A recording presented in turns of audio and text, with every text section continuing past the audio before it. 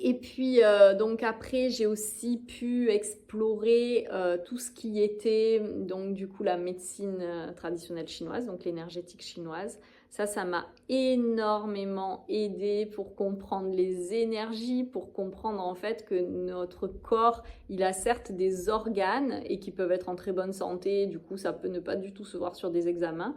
Mais par contre, ces organes ont aussi des mouvements qu'ils doivent pouvoir réaliser, des énergies qui doivent pouvoir circuler. Et si à un moment donné, il y a des émotions ou diverses choses qui viennent parasiter ça, les émotions, l'alimentation, peut-être les climats, etc., ben à un moment donné, ces mouvements ne peuvent pas se faire correctement et l'énergie dans notre corps va en être perturbée, ce qui va causer des manifestations particulières dans le corps.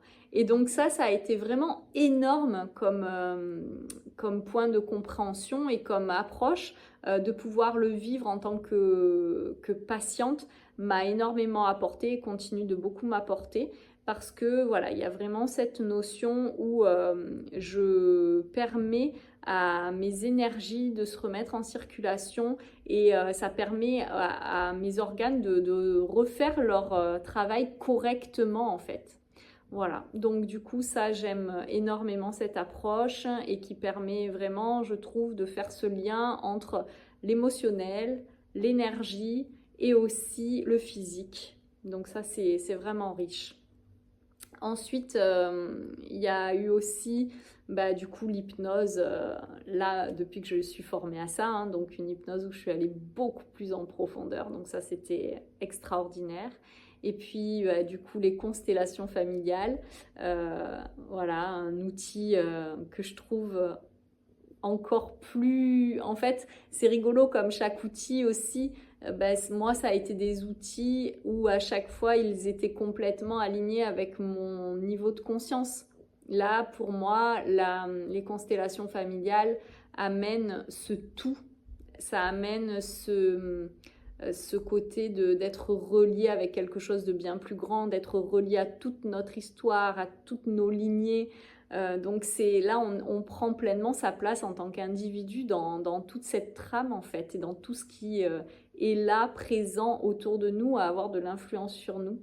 Donc ça c'est ouais, je trouve ça très très puissant et très très riche. Après je pense sincèrement comme toute approche qu'il y a un moment pour chaque chose et que peut-être que cette méthode n'est pas forcément adaptée à tout le monde. Peut-être qu'il y a des moments où on n'est pas prêt à ça. Et encore que, voilà, ça c'est juste encore une fois quelque chose qui me passe par la tête, mais si ça se trouve, c'est adapté. Je sais pas. Voilà, ça c'est vraiment à chacun de pouvoir sentir si ça l'appelle ou pas.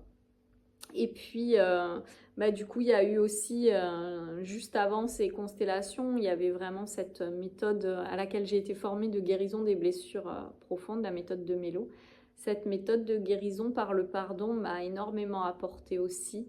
J'ai vraiment compris là aussi que le pouvoir des vibrations, le pouvoir des intentions, le pouvoir bah, par des mots et par le corps en revivant les choses, qu'on pouvait venir vraiment libérer les énergies, libérer ce qui restait cristallisé et permettre que les choses se remettent en mouvement et que du coup bah, ça crée des nouvelles choses aussi dans notre vie. Donc ça a été très très beau et très très riche. Il y a eu aussi l'énergétique qui m'a bluffée. Là, c'était avec une énergéticienne donc qui se définissait comme étant un canal qui recevait des informations. Et waouh, là c'était bluffant parce qu'en fait elle était en mesure de me dire des choses que je sentais à l'intérieur de moi, que personne ne voyait, que j'arrivais pas à montrer. Et elle pouvait le ressentir, elle pouvait me le verbaliser. Et ça a été beau parce que ça m'a amené à commencer à me regarder.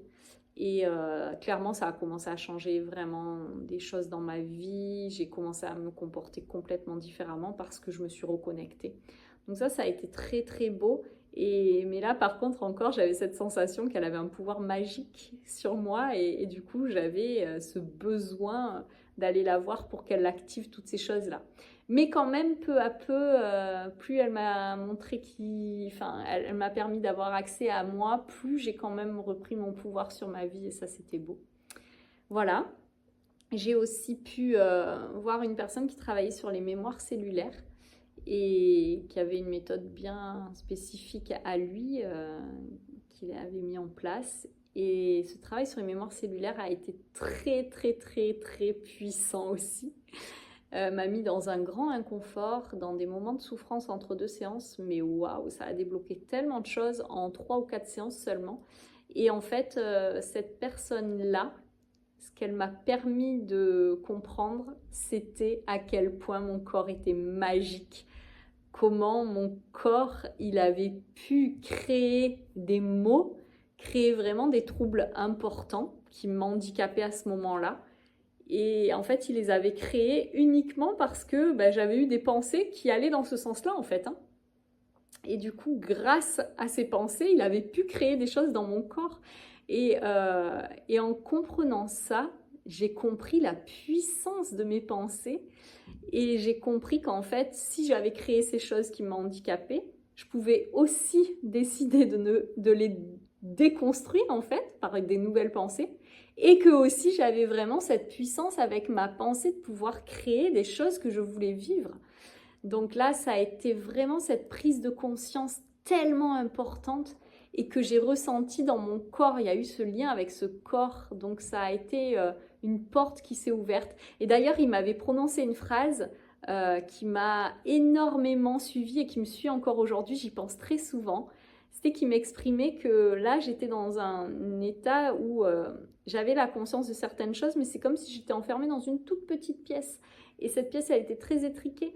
Et donc, je comprenais certaines choses. Et au loin, je voyais une fenêtre. Et cette fenêtre, je voyais qu'il y avait quelque chose derrière. Mais pour autant, en fait, je ne pouvais pas aller voir à travers cette fenêtre et je ne pouvais pas passer de l'autre côté. Et qu'en fait, là, le travail qu'on faisait faisait que petit à petit, j'allais pouvoir aller à cette fenêtre ou même cette porte finalement et ouvrir cette porte et aller de l'autre côté et ouvrir un nouvel espace avec des nouvelles compréhensions et du coup un espace bien plus grand.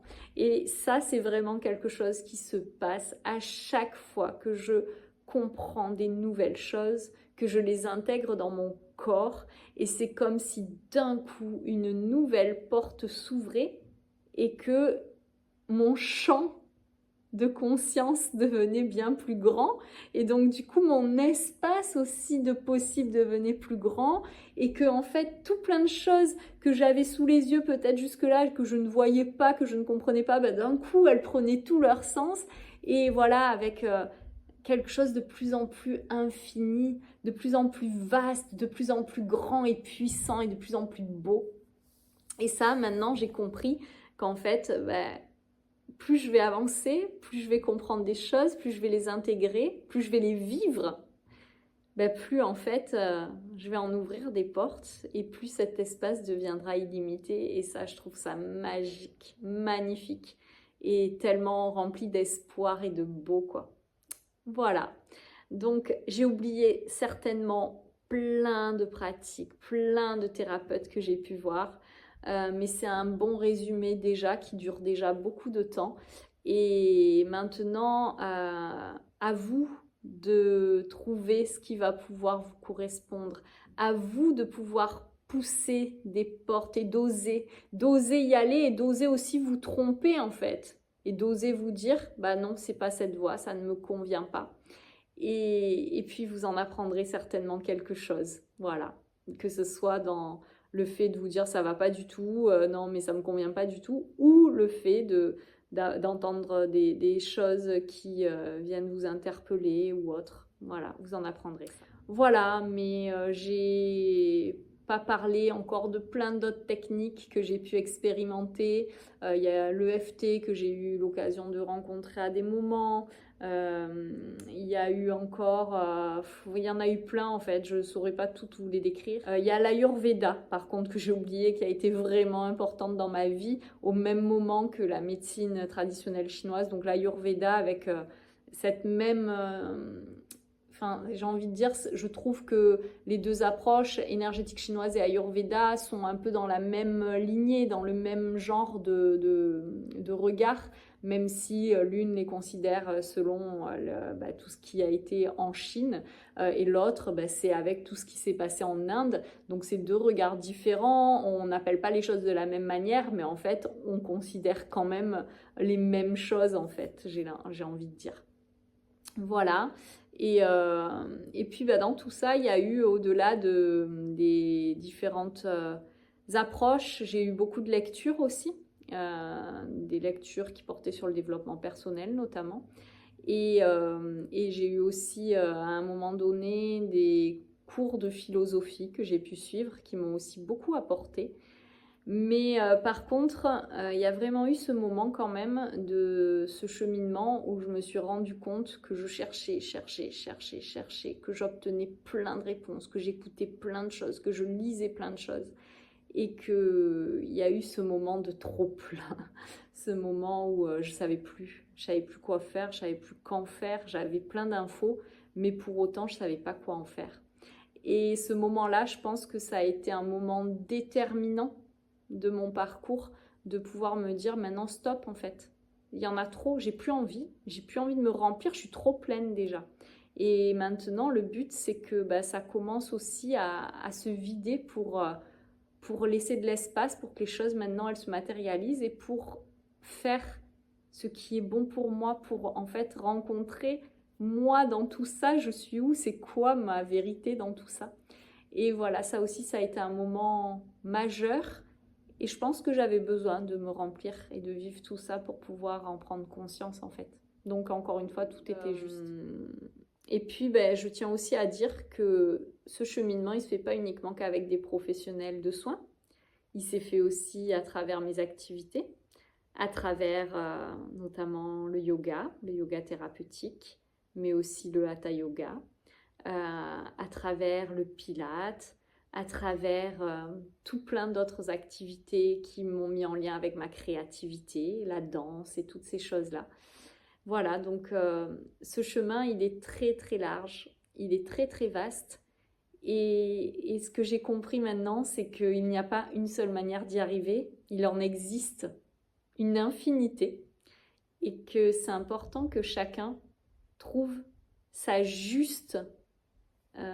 juste chemin pour y aller, ce qui va être juste pour lui, l'approche qui va résonner, vibrer, et pour que chacun évolue vers sa propre identité en fait.